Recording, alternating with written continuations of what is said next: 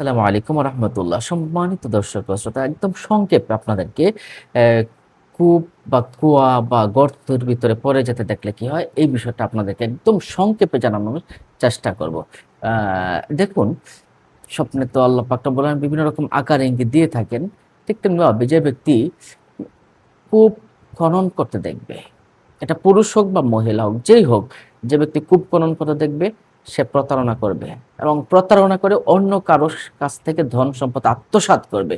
অর্থাৎ এটা খুবই খারাপ একটা স্বপ্ন। কূপ খনন করা বা গর্ত খনন করা এটা খুব ভালো স্বপ্ন নয়।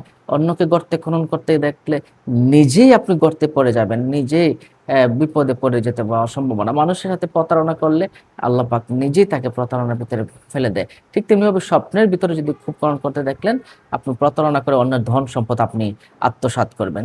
আর যদি আপনি এমনটা দেখেন, আপনি কূপের ভিতরে পতিত হয়ে গেলেন, কূপের ভিতরে পড়ে গেলেন বা গর্তের ভিতরে পড়ে গেলেন, হ্যাঁ, তার দ্বারা কোনো গোপনীয় কোনো কাজ সংগঠিত হয়ে যেতে পারে। সে গোপন কিছু কাজ হবে যেটা মানুষের জন্য খারাপ হবে। অথবা এমনটা হবে যে নিজে কোন বিপদে পড়ে গেছে, সে নিজে বুঝতে পারতেছে না কোন বিপদে পড়ে গেছে। এমন ধরনের কিছু বিপদ তার হতে পারে। এবং তবে যদি কূপে পড়ে যাওয়ার সাথে সাথে আবার কূপ থেকে উঠে চলে আসে, তাহলে বুঝতে হবে সে সফলতা লাভ করবে। যে কাজটা সে আছে সেই কাজটা সে সম্পাদন করতে পারবে এবং সফলতা লাভ করবে এবং তার সমস্ত কাজে সুন্দর হবে, ভালো হবে যদি কূপ থেকে উঠে আসতে দেখে। কিন্তু কূপে পড়ে যেতে থাকলে কিন্তু একটু বিপদ হবে, একটু প্রবলেম হতে পারে, বিভিন্ন রকম সমস্যার ভিতরে সে পড়ে যেতে পারে। কিন্তু যদি দেখতে পায় যে সে কূপের ভিতর হতে খুব কষ্টে এবং ধীরে ধীরে বের হয়ে আসতে সক্ষম হয়, তবে কাজ সে কাজে খুব কষ্টের সাথে এবং খুব বিলম্বের সাথে তার কাজটা সম্পন্ন হবে। কাজ সম্পন্ন হবে কিন্তু অত্যন্ত সময় লাগবে। আস্তাগফিরুল্লাহ ওয়া রাব্বি, আল্লাহ হেফাজত করুন।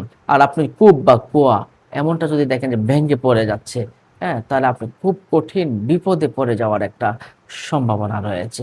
কূপের ভিতরে পড়ে যাওয়া, কূপ বা কুয়ায় পড়ে যাওয়া আপনার বিপদ, কঠিন বিপদে পড়ে যাওয়া স্বপ্নর ব্যাখ্যা বিষয়ে আল্লামা মুহাম্মদ ইবনে সিরিন রাহমাতুল্লাহ আলাইহি বলেছেন, এখন কি করবেন?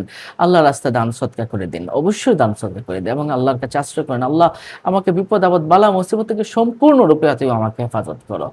আপনি যদি এমনটা দেখেন, কোনো কুয়া বা কূপ বা কোনো গর্ত যদি দেখেন পড়ে গেছেন, তাহলে আপনি সাবধান হয়ে যেতে হবে। অবশ্যই টোটালি সাবধান হয়ে যেতে হবে। আপনি যদি কূপের পানি পান করতে দেখেন, আপনি ধনবান হবেন এবং সম্পদশালী হবেন, ঐশ্বর্যবান হবেন। এটা একটা ভালো স্বপ্ন বলে আমরা মনে করি। এছাড়া আপনি যদি কোনো কূপ বা কুয়া যদি শুষ্ক দেখেন, অর্থাৎ কিচ্ছু নাই, শুধু কুয়া দেখলেন কিন্তু পানি টানি কিচ্ছু নাই, সে তার স্ত্রী খুব একটা ভালো হবে বিষয়টা এমন নয়। হ্যাঁ, তার স্ত্রী গুমরা হতে পারে বা তার স্ত্রী খুব একটা ভালো হবে এমনটা নয়। তার স্ত্রী খারাপ হতে পারে।